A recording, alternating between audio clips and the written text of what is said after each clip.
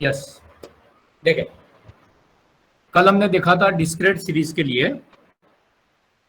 X bar standard division S CV S upon x bar into 100 and mean deviation.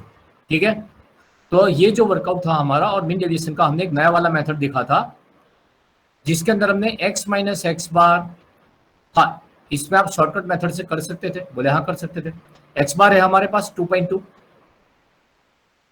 X minus x बार कर देंगे, उसका absolute value ले लेंगे, F I से multiply करेंगे और अपन में करके वो नंबर लाएंगे। ऑफकोर्स वो मेथड मीन डेविएशन के लिए वही मेथड हमें इजी रहता है, बराबर है। लेकिन ये मेथड भी मैंने आपको बताया है, अगर यहाँ पे मीन डेविएशन के लिए अगर आपको सिंपल वाली मेथड से अगर काम करना है, मतलब एक्सेल वाली मेथड से काम करना है, तो आपके पास कौन से कॉलम्स यहाँ पे रेडी होंगे। नंबर 1, उसके लिए आपके पास एक्स बार तो होगा ही, तो एक्स बार के बाद में आपका एक कॉलम रेडी हो जाएगा एक्स माइनस एक्स बार, उसका एब्सोल्यूट वैल्यू, करेक्ट। तो यहाँ पे मतलब जो वर्किंग आएगा आपका पहले एक्स माइनस एक्स बार, उसका एब्सोल्यूट वैल्यू एफ आई के साथ उसका मल्टीप्लीकेशन।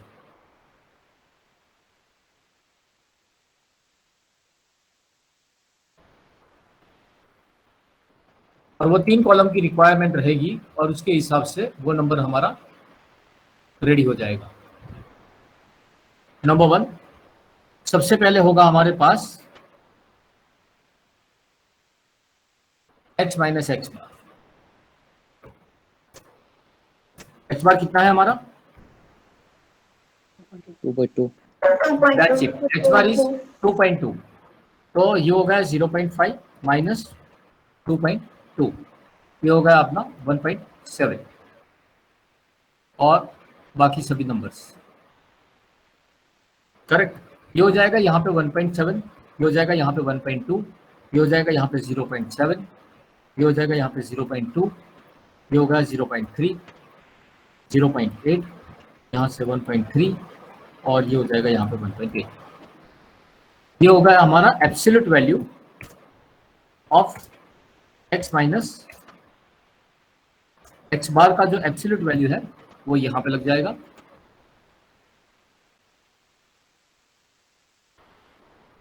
और अभी आ जाएगा यहाँ पे f into x minus x bar.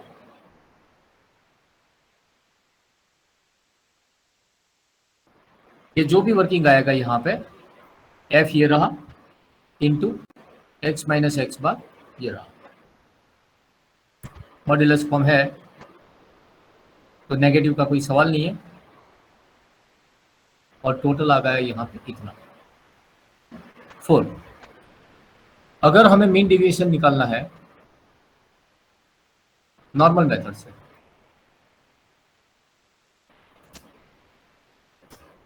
Mean deviation is equal to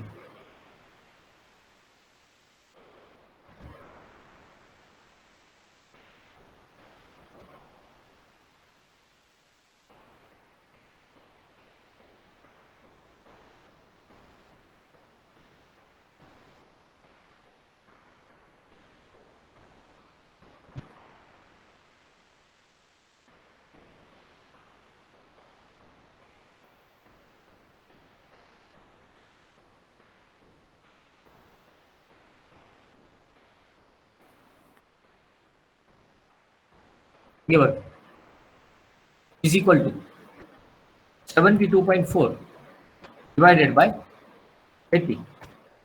yes, कितना वैल्यू आता है 0.91 0.99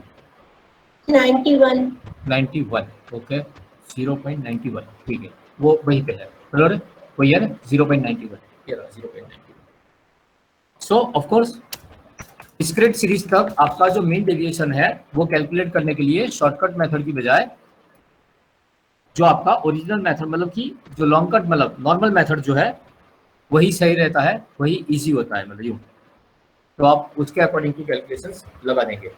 तो पहले अगर लगा दिया हमने एक्स बार फिर एस और ये हो गया हमारे पास मीन डेविएशन, तो ये हो जाएगा यहाँ पे मीन डेविएशन। ठीक है, यही सम के लिए अगर हमें पूछा है क्वार्टिल्स, डिसाइल, परसेंटाइल, ये सब पूछा हुआ है, कौन से कॉलम्स की रिक्वायरमेंट रहेगी और क्या हिसाब से उसका कैलकुलेशन होगा वो। अगर वो डिस्क्रीट सीरीज है या कंटिन्यूस सीरीज है, मतलब कि वो ग्रुप डेटा है। ग्रुप डेटा है वो कैसे पता चलेगा हमको? हाउ यू कैन आइडेंटिफाई कि आपका वो ग्रुप डेटा है?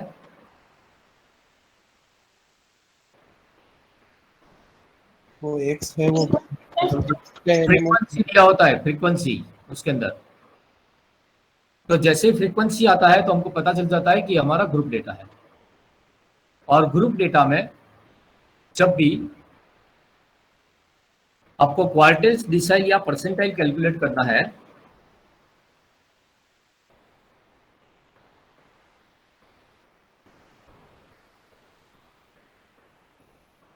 तो फिर आपके पास बराबर है नंबर 1, सबसे पहला डेटा आपका असेंडिंग ऑर्डर में होना जरूरी है, यानी कि लोअर टू हायर होना चाहिए। And you required column of cumulative frequency. Cumulative frequency जिसको आप बोलते हो सीएफ, सीएफ का कॉलम आपके पास होना जरूरी है।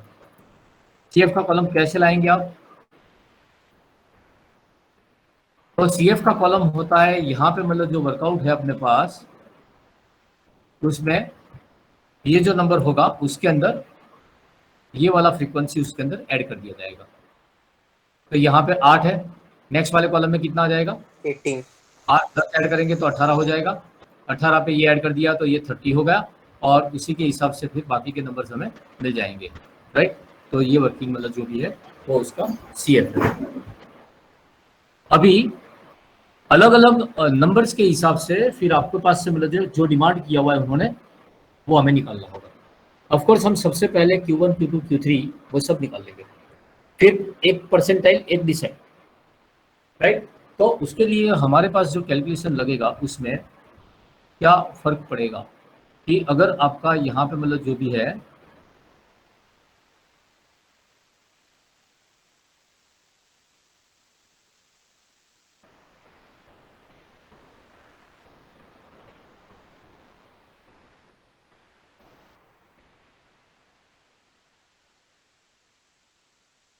यहाँ पे correct, Q1 is equal to n+1/4 observation, पीछे आपका लगता है यहाँ पे फ्रॉम CF।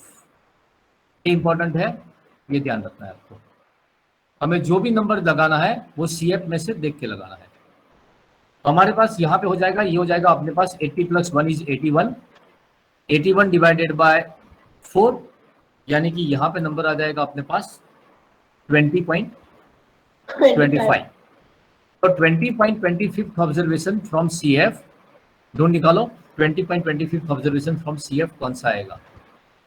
20.25 ऑब्जर्वेशन, इसका मतलब ये हुआ कि आपको जो नंबर निकालना है वो 20 और 21 नंबर के बीच में से निकालना है।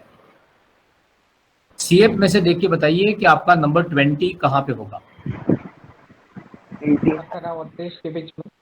वो मतलब 30 के सामने वाला जो वर्किंग होगा 18 के बाद में और 30 से पहले होगा। Yes, sir. और दोनों नंबर यहाँ पे होंगे, 20 नंबर भी यहाँ पे होगा, 21 नंबर भी यहाँ पे ही होगा।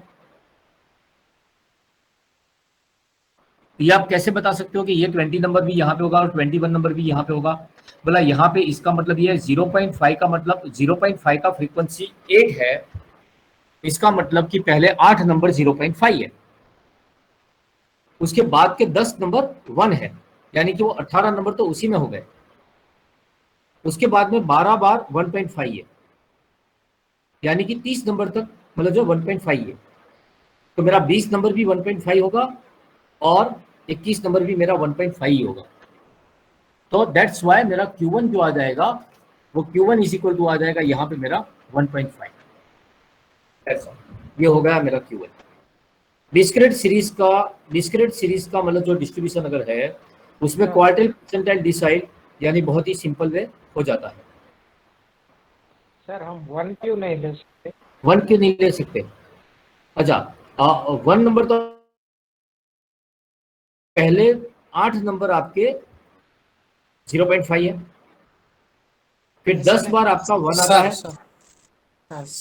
1 और 1.5 के बीच में आता है तो नहीं 1 और 1.5 के बीच में नहीं आएगा। आपका नंबर कौन सा है?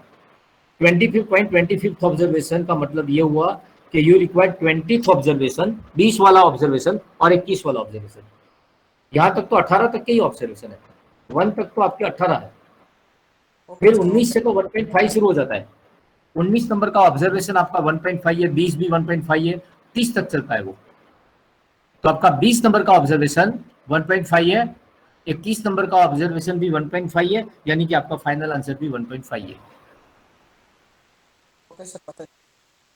डन।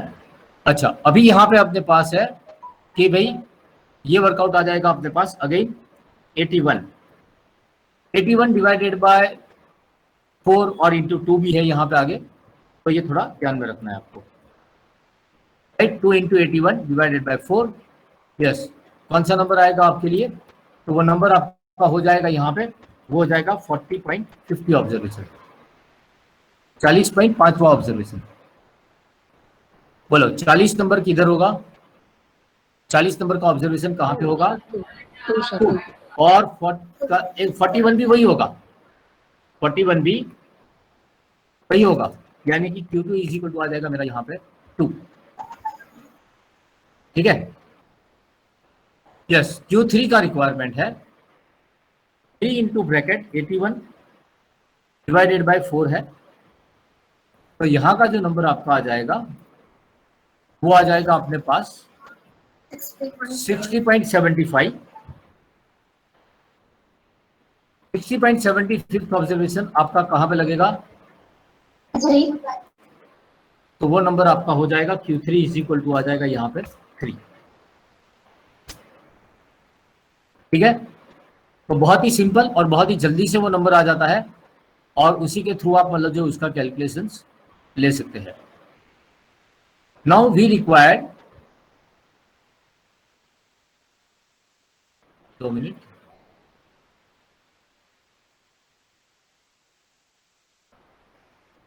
સર 20 ની જગ્યાએ 2.25 આવ્યું હોત તો સર? 2.25 तो 2.25 आएगा ही नहीं। 20 की क्या, 20 की जगह पे 2.25 आया होता। हाँ 2.25 आया होता तो 0.5 होता मेरा आंसर, ઓકે સર 0.5 होता मेरा आंसर, करेक्ट। ओके, यहाँ पे मुझे D3 नहीं चाहिए, मुझे लाना है यहाँ पे D7। देखते हैं कुछ होता है या नहीं होता है। ठीक है, चलिए क्या होगा वर्कआउट। यहाँ पे हो जाएगा 7 into bracket n+1 upon 10th observation, तो यहाँ पे वर्किंग में आ जाएगा यहाँ पे 7 इंटू 81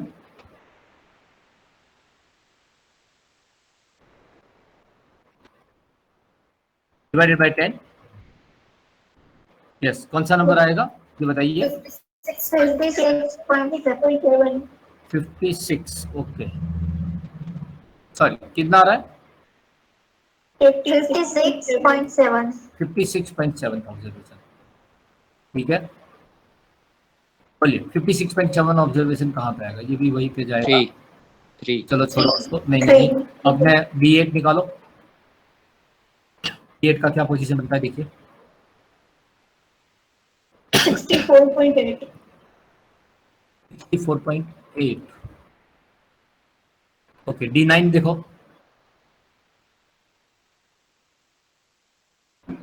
72.9।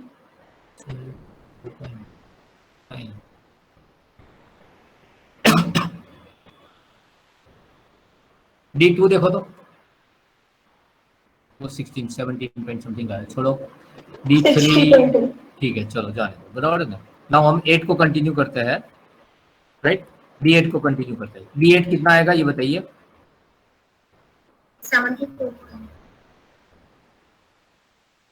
70 नहीं, 8.1 है ना, 8.1 इंटू 8 64 64.8 4.8.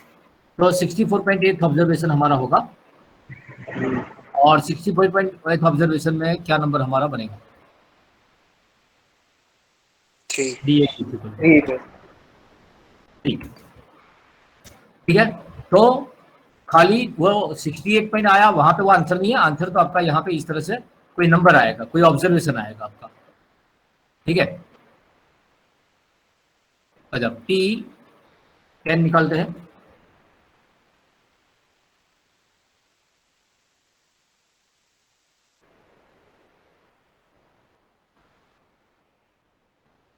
n +1 upon something 10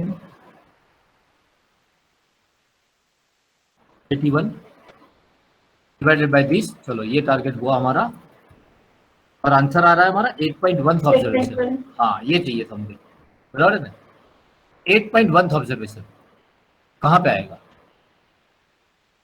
1 पे 1 पे। ओके, और एक्चुअली 8.1 ऑब्जर्वेशन अगर है तो हमें कौन से नंबरों का यूज करना होता है? वी रिक्वायर्ड 8 दिए ना। yes, sir. अच्छा 8th ऑब्जर्वेशन कहाँ पे आएगा? 0.5। और 9th ऑब्जर्वेशन कहाँ पे आएगा? 1 पे। पता चला क्या फर्क पड़ा यहाँ पे? यहाँ पे ऐसा था कि Yes, आपको sir. 30.25 नंबर का ऑब्जर्वेशन चाहिए, you require 20th observation and 21 number का ऑब्जर्वेशन। दोनों ऑब्जर्वेशन वहीं पे आ रहे हैं तो वही आंसर रहेगा। लेकिन यहाँ पे अगर मतलब जो आपको 8th और 9th ऑब्जर्वेशन की रिक्वायरमेंट है, जो दोनों का लोकेशन अलग अलग है, तो यहाँ पे मतलब जो हमारा P10 के लिए हमारे पास यहाँ पे आएगा, पहला होगा 8.1 ऑब्जर्वेशन यानी कि 8th observation plus 0.1 into bracket 9th observation minus 8th observation, ऐसे होगा। तो हमारा 8th ऑब्जर्वेशन जो है वो है 0.5 plus 0.1 into bracket 1 minus 0.5। Sir बीच में 0.1 कैसे है? 0.1 ये 8.1 है उसकी वजह से आया, 0.1 है ना। सर ओके, और जैसे 0.25 होता है तो हम 0.25 लगाते हैं। जैसे यहाँ पे 5.5 था तो ये 0.5 आया था, यहाँ पे 0.25 था तो 0.25 आया था, यहाँ पे 0.75 था तो यहाँ पे 0.75 आया था। वैसे ही मतलब जो है वो 0.1 मतलब जो उसकी वजह से आया वो है। नाउ 1.5 मतलब 1 माइनस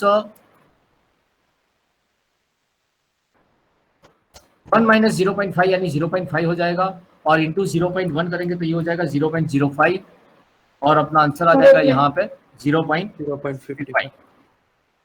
ये हमारा आंसर हो जाएगा। क्लियर? ये तो ये हो गया हमारे पास हमारे क्वालिटीज। तो डिस्क्रीट सीरीज के मतलब जो वो क्वार्टिल्स, डिसाइल एंड परसेंटाइल के लिए कहीं पे भी अगर ऐसा ब्रेक आएगा कि जहां पे हमारा एग्जैक्ट लोकेशन आ रहा है, लाइक हमारा नंबर आया 51.3%, 3 नंबर का ऑब्जर्वेशन, बोला 51.3 यानी कि 51 नंबर का ऑब्जर्वेशन यहाँ पे एंड 2 नंबर का ऑब्जर्वेशन नीचे, यानी कि 2.5 और 3 को यूज करके हमें इसका काम करना पड़ेगा। करेक्ट? अच्छा, व्हाट अबाउट मोड? मोड यानी कि z। अगर मेरा डिस्क्रीट सीरीज है तो z इज इक्वल टू होता है, पहले वो डिसाइड करना पड़ेगा कि z मेरा डिफाइन है या अनडिफाइंड है। z के लिए डिस्क्रीट सीरीज के लिए आपके पास होना चाहिए observation having a highest frequency.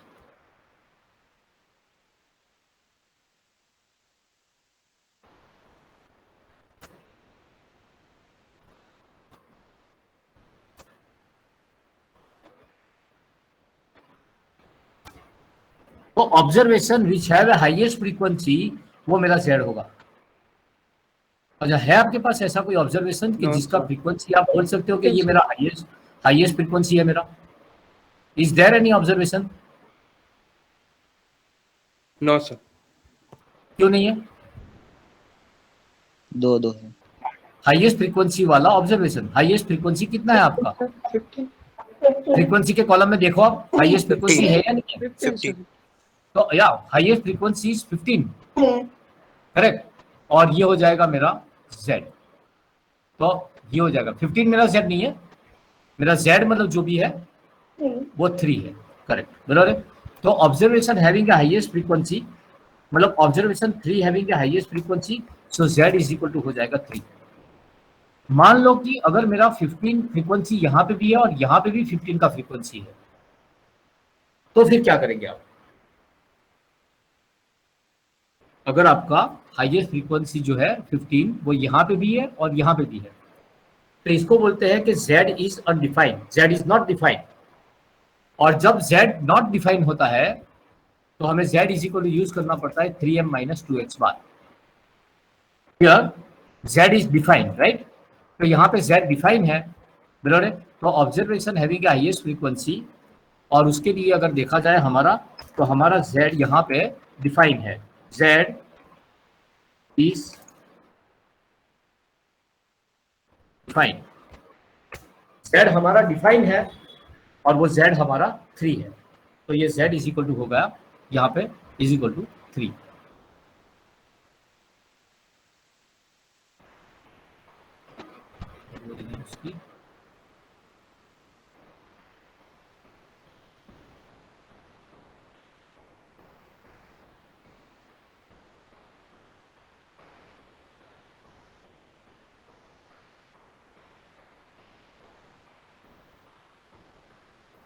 Now हमें चाहिए अभी range and coefficient of range, पूरा डिस्क्रीट सीरीज, इसका रेंज चाहिए हमें। Range is equal to highest observation minus lowest observation. बताइए आपका हाईएस्ट ऑब्जर्वेशन कौन सा है, कितना है? Highest observation is 4, 15। highest observation, not frequency. Observation says that x. Our 4. first observation is 0.5. That you will get here, it is 3.5. Correct? यहाँ पे जो वर्कआउट आ जाएगा उसमें आ जाएगा यहाँ पे 4 minus 0.5 upon 4 plus 0.5. That you will get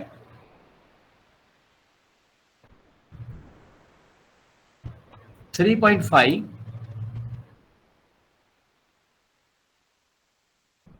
divided by 4.5. 0.78. 0.77. Right, और ये जो नंबर आ जाएगा आपका वो नंबर हो जाएगा 0.78, ये 0.78 होगा, ये कोफिशिएंट ऑफ रेंज हो गया।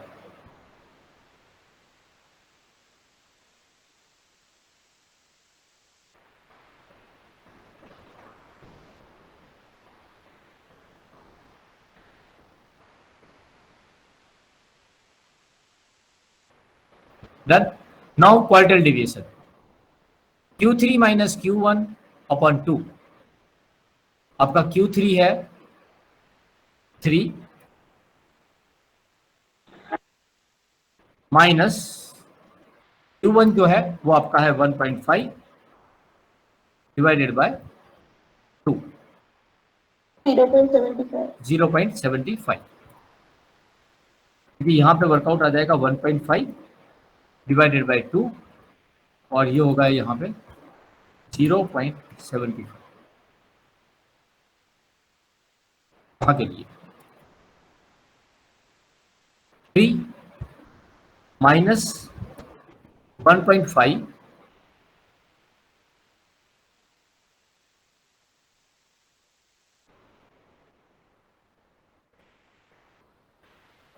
Upon 3 plus 1.5, 0.78. 3 माइनस 1.5 ये हो जाएगा हमारा 1.5. 1.5 अपॉन 4.5. 4.5. 1.5 अपन 4.5 यानी कि 0.33, तो ये आ जाएगा 0.33, 1/3 है। तो बोल, क्लियर है ये? Yes sir. Yes sir. हाँ सर।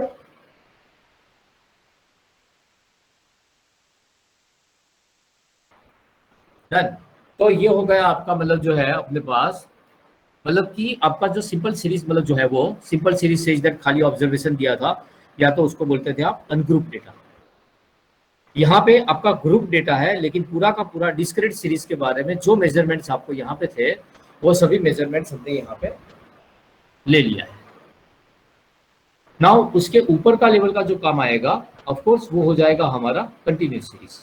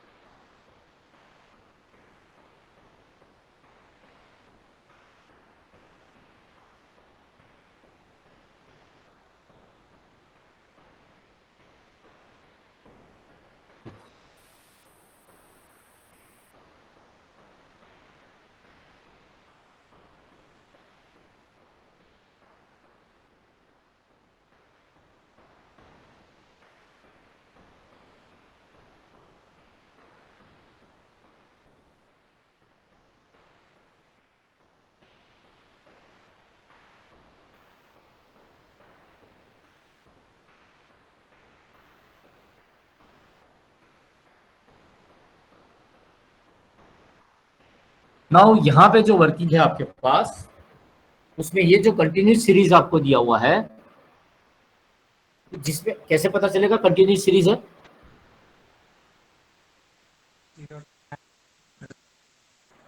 तो कंटिन्यूस सीरीज के अंदर आपको क्लासेस दिए होते हैं।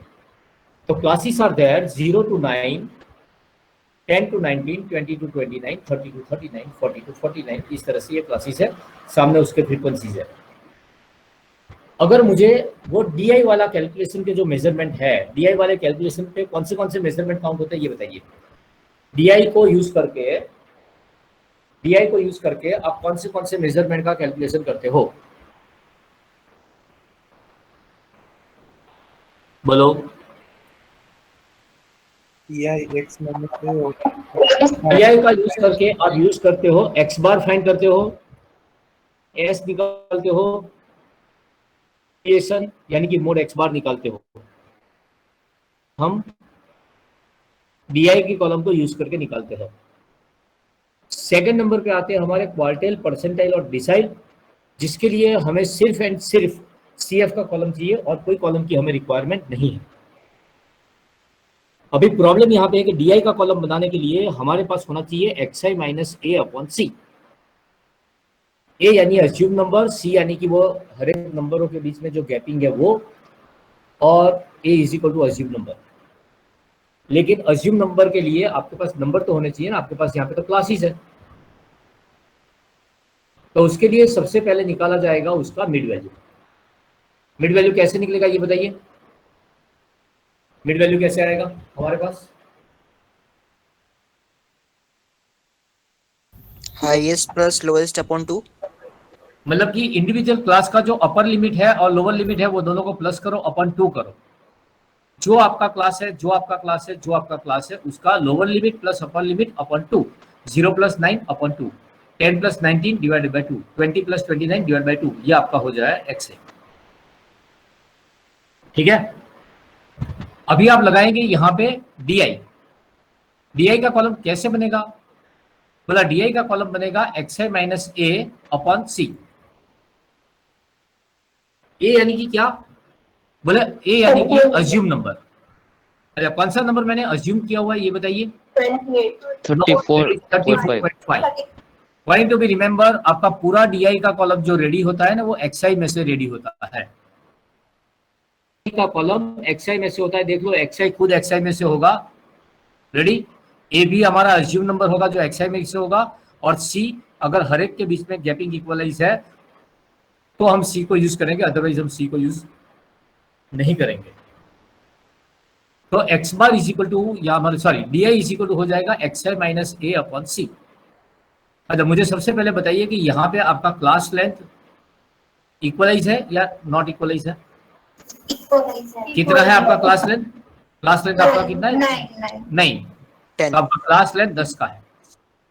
क्लास लेंथ कभी भी हम ऐसे नहीं देखेंगे, क्लास लेंथ हमेशा ऐसे देखा जाता है, right.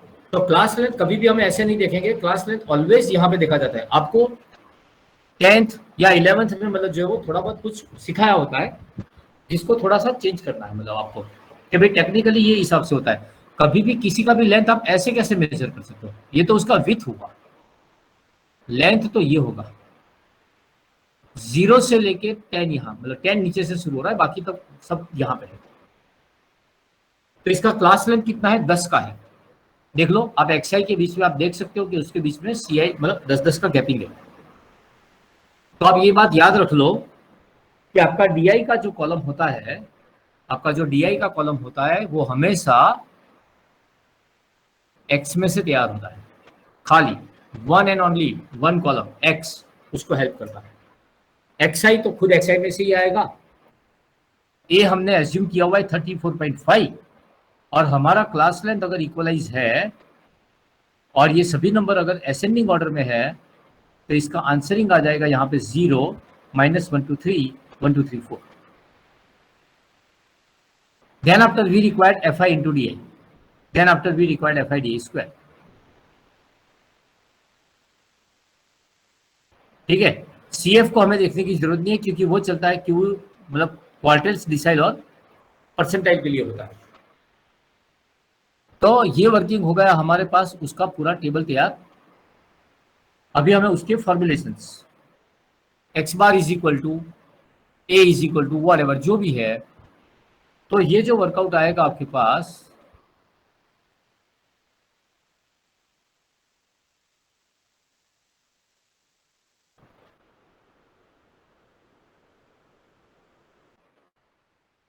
x bar is equal to a plus sigma fi di upon n into C. क्योंकि क्लास लेंथ का यूज किया हुआ है अगर आपने डी के वक्त,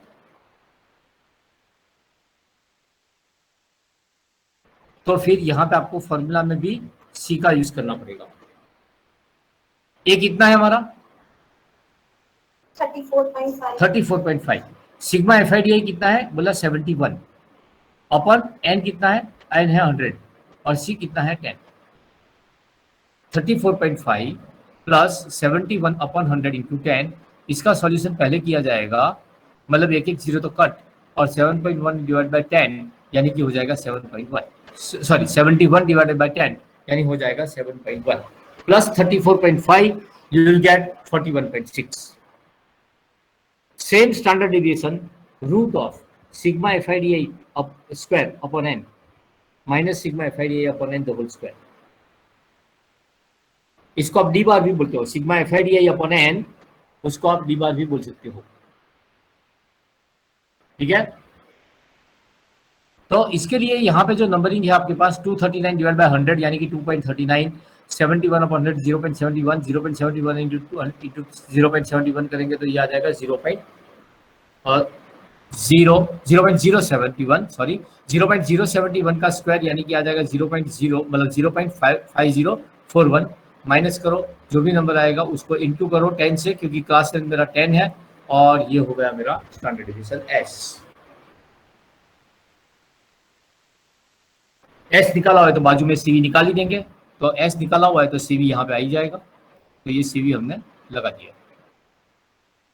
now what about mean deviation?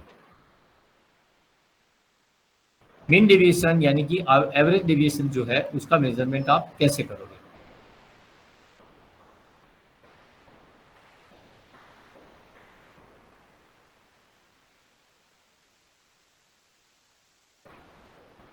तो मीन डेविएशन के लिए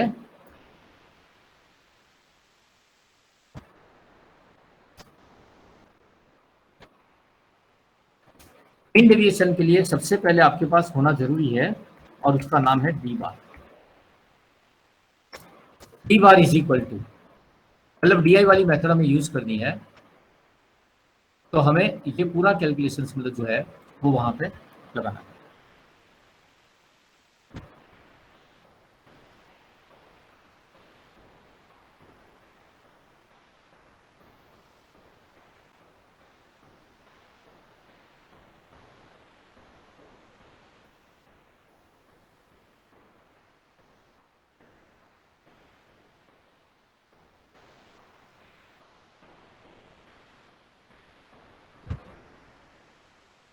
D bar is equal to होता है sigma F I D I upon N.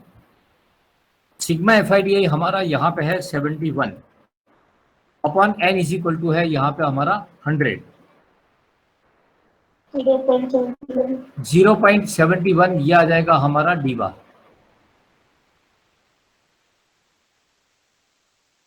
बताइए डी बार मतलब जो आया उसको हम क्या करेंगे, उसको आपको देखना होगा आपके डीआई के कॉलम में। 71 कहां पे आएगा,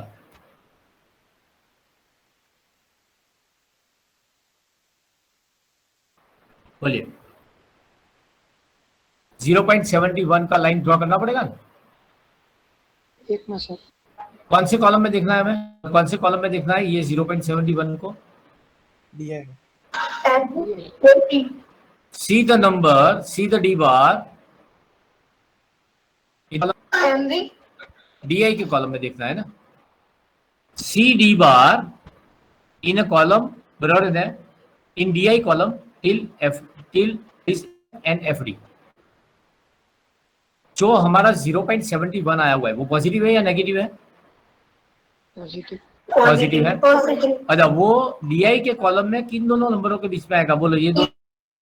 और 1 के जीरो और 1 के बीच में आएगा, यानी कि ये 0 ऊपर चला जाएगा इस बार और 1 मतलब जो भी है वो नीचे पड़ा रहेगा। तो 0 और 1 के बीच में मतलब जो है वो यहाँ पे ये लाइन आई है। Now for that purpose S1 is equal to, S1 में क्या क्या आएगा,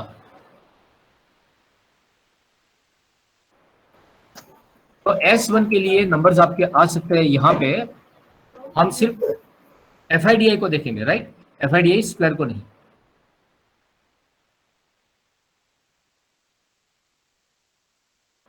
-3 plus -8 plus हाँ। -12 ये 0 तक यहाँ पे लगेगा वो, बराबर ना।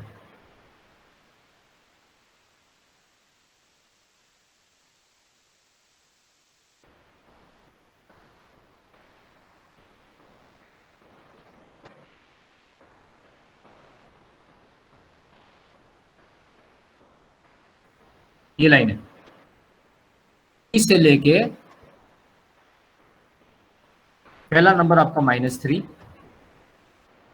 देन -8, -12 देन आपके पास हो जाएगा -12 और 0। ठीक है ना, 0 है तो लिखना है हमें, बराबर है, और हम 0 के लिए हम +0 लिख देंगे। -23 बस कितना हो गया, 23 ये N1 था मेरा।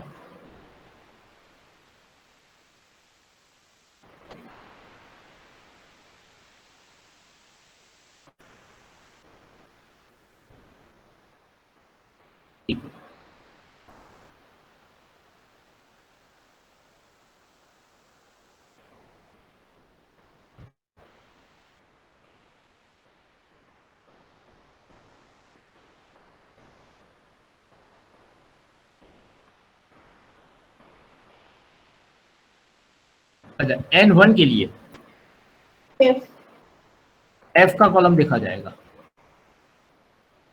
और F के अंदर जो कॉलम है उसके अंदर हमारे पास F में 1 +4 +12 +28, बराबर है ना, तो ये आ जाएगा यहाँ पे 45।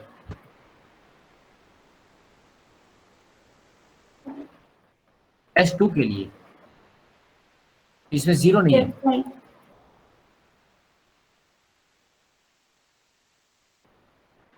28, 36, 18 एंड 12। 24 कितना आया? 94. 94। ठीक है, राइट। एंड टू के नंबर जी यहाँ पे 28, 18, 6 6, 3 3। 55 55. Yes. ये हो जाएगा यहाँ पे 55। 55 और 45 दोनों मिला के 100 हो जाएगा, एंड -23 एंड 94 मिला के मतलब जो है आपका वो 71 हो जाएगा। यस, बताइए अभी बाकी के नंबर्स यहाँ पे मतलब जो हमें इंसर्ट करने हैं वो कैसे इंसर्ट करेंगे और क्या हमारा आंसर रहेगा।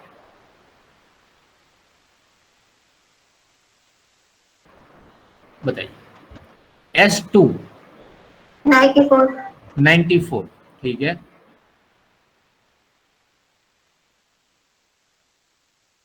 -23 यानी कि वो हो जाएगा +23। N1 जो कि है 45 माइनस N2 जो कि है 55 इंटू B बार 0.71 0.71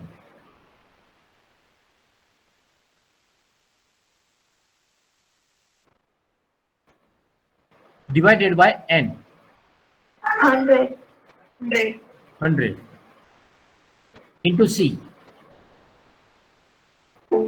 10 10। ठीक है, 94 + 23 117।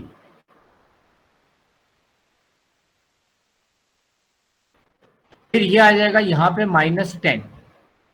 -10 इंटू 7.1 माइनस करेंगे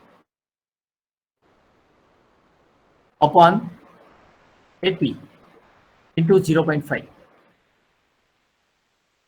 यस, सॉल्व करें इसको। ये हो जाएगा अपना 17 तो गया तो 0.69। तो देख लो 8 के पीछे मतलब जो भी नंबर है उसके अकॉर्डिंग टू 0.69 या 0.68 ये आपका हो जाएगा। 100 आएगा ना नीचे नीचे अपर में 100 आएगा ऑफ कोर्स। 0.5 की जगह 10 है। और 0.5 की जगह पे भी चेंज हो जाएगा ऑफ कोर्स, वहां पे 10 हो जाएगा क्योंकि आपका क्लास लेंथ 10 का है। तो ये तो वैसे ही कट हो जाएगा, राइट। और ये कितना आएगा, कुछ चेंज हो जाएगा,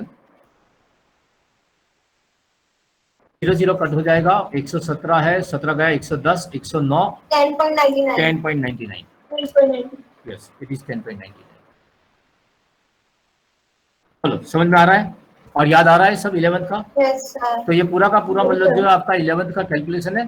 सबसे tough calculation of course mean deviation का होता है, जो आपको ध्यान में रखना है। बाकी तो सब डिपेंड्स टोटली फॉर्मूला के ऊपर ही होता है, ठीक है। Yes sir. तो ये था वर्कआउट हमारा कंटिन्यूस सीरीज तक का। एक्स बार, एस, सीवी और मीन डेविएशन यानी कि डीआई वाला ब्लॉक हमारा खत्म। तो पता चला आपको मैंने किस मेजरमेंट को मैंने किस ग्रुप में डाल दिया है। मैंने डाल दिया ये 3 को एक साथ में। कौन से 3 को? X bar, S and mean deviation, जो अपने कैलकुलेशन में डीआई का यूज करते हैं। Second number percentile, decile and quartiles. तो quartile, percentile and decile they required only 1 column और वो है उसका सीएफ, जो यहाँ पे बना के रखा हुआ है। नेक्स्ट लेक्चर में हमारा वो कैलकुलेशन स्टार्ट हो जाएगा। अभी उसका Q1, Q2, Q3 किस तरह से कैलकुलेट होगा, क्या हिसाब से वर्कआउट करेगा वो। और लास्ट मेजरमेंट है Z, जिसके लिए कोई कॉलम की रिक्वायरमेंट है नहीं। You don't require any column for the Z, लेकिन Z आपका डिफाइन होना जरूरी है। अगर वो Z अनडिफाइंड है तो आपको आना पड़ेगा 3m - 2x बार के लिए, ठीक है। Yes sir. तो ये हिसाब से मतलब जो आपका वर्किंग मतलब जो है वो यहाँ से सेटअप है। रन है। यस, आपको फोटोज लेना है तो फिर आपका कैलकुलेशन हो जाएगा कहाँ से, यहाँ से तो हो गया था, यस, हमने यहाँ से शुरू किया हुआ है आज। यस, ये पहला 2 मिनट ऊपर से एक्स ऊपर से माइनस आज हमने x बार आज किया। ओके राइट, चलो यहाँ से ले लो और 2 मिनट रुक जाओ तो फिर। यस, पहला पेज मीन डिवीजन तक, दूसरा क्वार्टिल्स डिस्क्रीट सीरीज के परसेंटाइल एंड डिसाइड,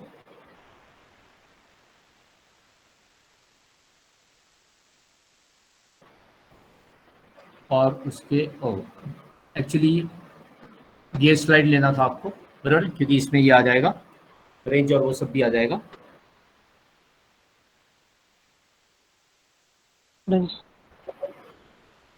या और कंटिन्यूस सीरीज के लिए आपका ये वर्किंग है।